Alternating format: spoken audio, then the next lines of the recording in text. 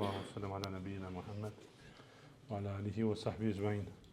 Si çdo të të përmbledhim atë që është folur përpara namazit në gjuhën gjermane në disa prej haditheve të zgjedhura të Sahihul Bukharit. Sot ishte tema halajna në kapitullin e namazit, që është ndoshta prej kapitulleve më të mëdha të librit. Sot tema ishte për dy sejdët që i bën besimtari kur falet dhe bën gabim gjatë namazit tij. Atë që quhet sejdët e sahwi ose sejdja siç njihet tek muslimanët shqiptar, dy sejdë që bëhen për shkak të ndonjë gabimi që në namaz. Imam Buhariu rahimahullah në këtë kapitull ka përmend rreth 10 hadithe dhe tregon se sahabët janë falë me pejgamberin sallallahu alaihi wasallam dhe masi ka falë 2 rekat dhe ka kanë namaz i drekës ose i kindis, masi ka falë 2 rekat ka dhënë selam e ka përfunduar për namazin dhe ka lviz për i vendit ku ka kanë të falë dhe ka dalë diku tjetër dhe është mbështet tek një dru që ka kanë brenda në xhami. Nat xhamat kur janë fal ka kanë edhe Abu Bekr radhiyallahu anhu, Umer radhiyallahu anhu, mirë po kur e kanë pasur pejgamberi sallallahu alaihi wasallam është duk pak i mërzitur ose i nervozum, nuk i kanë fol, ndërsa një prej pranishmëve ka kanë një prej personave që janë fal aty dhe i ka pas pak durë të gjata. Më të gjata se sa trupin, por e ka pas janë proporcion me trupin, por më të gjata se sa normalisht dhe pejgamberi sallallahu alaihi wasallam këtij ka thënë dul jedejn. E ka thujt vet ai me 2 durë gjata. Dhe ky personi, pasi njerëzit kanë dhënë selam, janë çu me ik. Imam Buhariu rahimahullah tregon hadith me sahabët se kharaja sur'an an-nas, dolën njerëzit që ishin të ngut dhe të bisedu me njëri tjetrin, mos valla shkurtu namazi, e kasroti salat. Ndërkohë që dhul jedeni thot oj dikumi i Allahut, e nesite au kusirat, a ke harru apo është shkurtu namazi. Pejgamberi sallallahu alaihi wasallam i thot, as kam harru dhe as shkurtu. Domethënë pejgamberi sa se kujtohet që ka fal 2 rekat dhe ka dhënë selam namazin e drekës ose të kinis. Atëherë i pyet pejgamberi sallallahu alaihi wasallam njerëzit që ishin prezent, i thot a është e vërtetë çka thot dhul jedeni ky që e kanë thujt me 2 durë të gjata? Ata i thonë po. Atëherë pejgamberi sallallahu alaihi wasallam ka ardhur edhe herë te vendi i faljes, janë rreshtu, i kanë falë edhe 2 rekat, e kanë plotësuar për namazin, se ka kanë namaz 4 rekat dhe pastaj ka bë 2 sejdë shtesë. Pasi në fund namazit, pra para se me dhon selam. Kjo është për argumentave më të drejtë për drejtë që tregojnë se kjo vepër është e preferuar për muslimanin nëse ndodh diçka gjatë namazit bën në gabim. Dietarët kanë diskutuar se kjo vepër është obligative apo është e preferuar. Medhhebi Hanefi shef këtë vepër si obligative. Pse? Sepse në gjitha hadithet që tregohet se pejgamberi sallallahu alajhi wasallam ka bë gabim gjatë namazeve, nuk e ka lënë asnjëherë pa i bën 2 sejdët për me e korrigjuar atë gabim që ka në namaz. Është e qartë se ka lënë kurr. Në këtë rast që folëm, hadithi i parë ka fal 2 rekat, pastaj ka shtu edhe 2, i ka bën 2 sejdë në fund namazit. Në raste të tjera, gjithashtu transmetohet se si ka lënë asnjëherë, pra thojnë, përdisa si ka lënë asnjëherë dhe në hadith i thot muslimanëve që nëse dikush prej jush ndodhi diçka në namazin e tij, në fund këshilla është që t'i falin dhe ta plotësojnë namazin dhe t'i bëjnë 2 sejdë shtesë, sepse kjo është edhe plotësimi i namazit, edhe është kundërpërgjigje ndaj shejtanit. Sepse shejtani don me e bezdis muslimanin gjatë namazit. Në hadithin e vërtet, po ashtu Imam Buhariu transmeton thot pejgamberi sallallahu alajhi wasallam kur thirret ezani, shejtani ik dhe s'don me ndigju.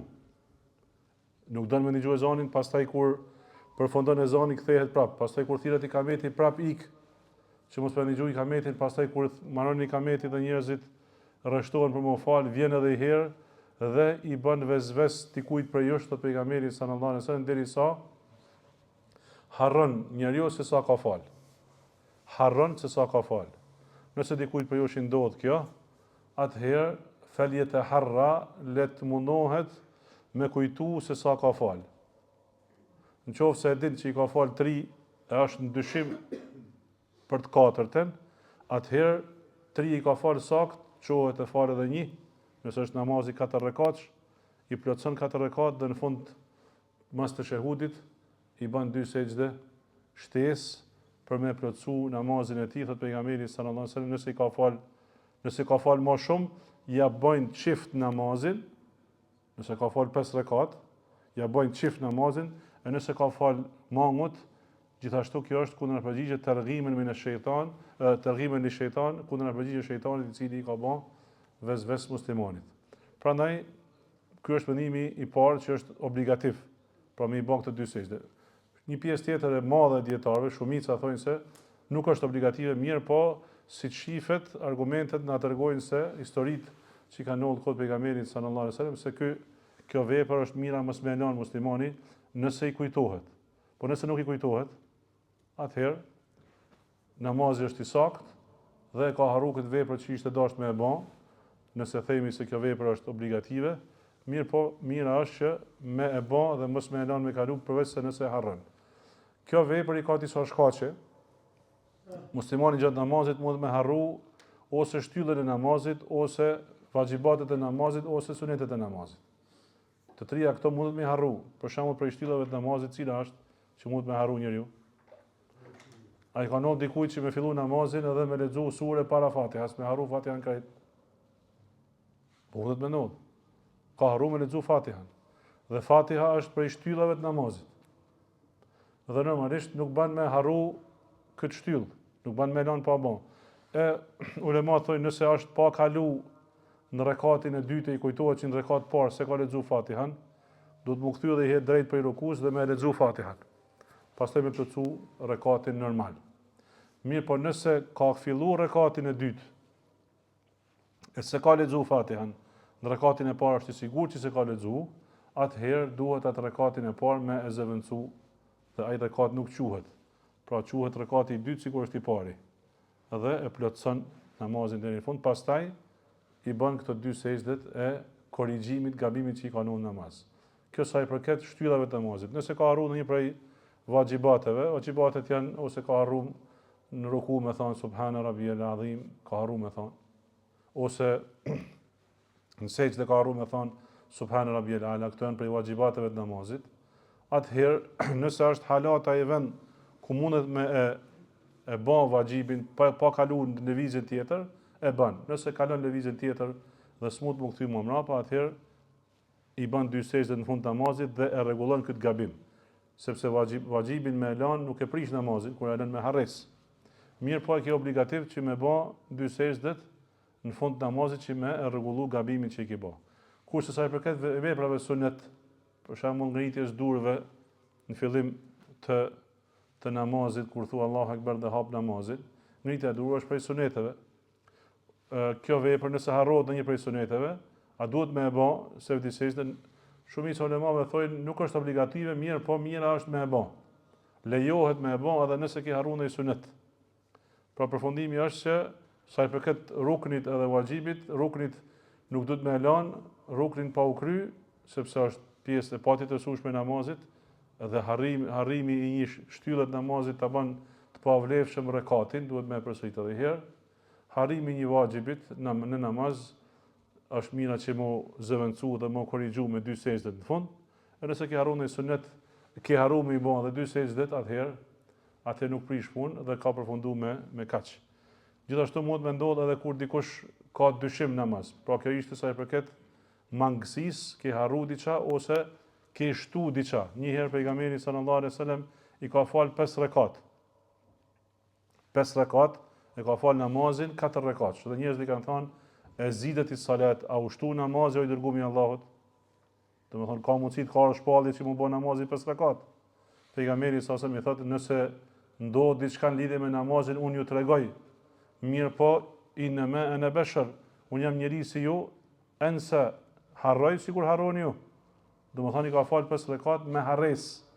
Prandaj nëse ndodh që unë harroj namaz, më përkujtoheni në namaz. Si përkujtohet imami kur bën gabim? Duke thonë subhanallah. Kurse nëse janë gra, atëherë me lëvizjen e dorës, me zhurmën e dorës. Kurse burrat thonë subhanallahu ashtu që të mos vazhdohet namazi në gabim. Nëse imami do të më çon rekatin e 5, çfarë do të bëj?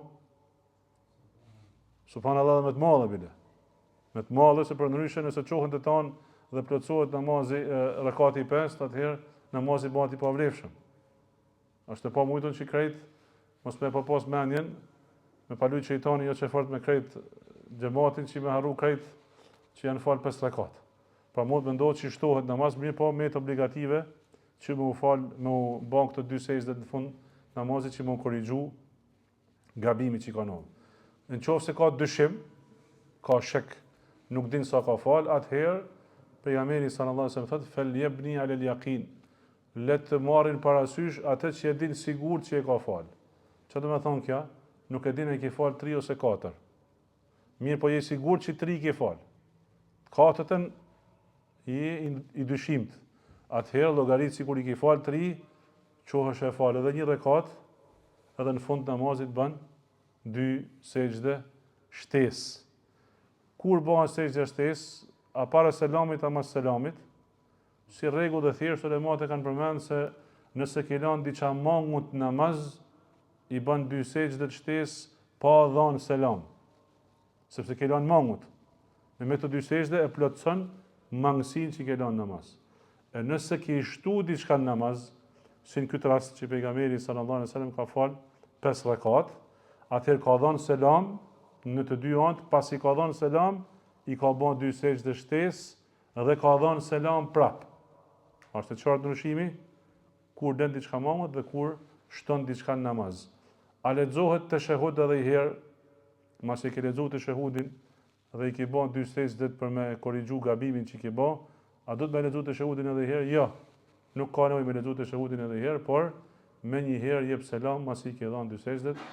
Allahu ta'ala alam wa subhanaka Allahumma bihamdik ashhadu an la ilaha illa ant wa astaghfiruka wa atubu ilayk.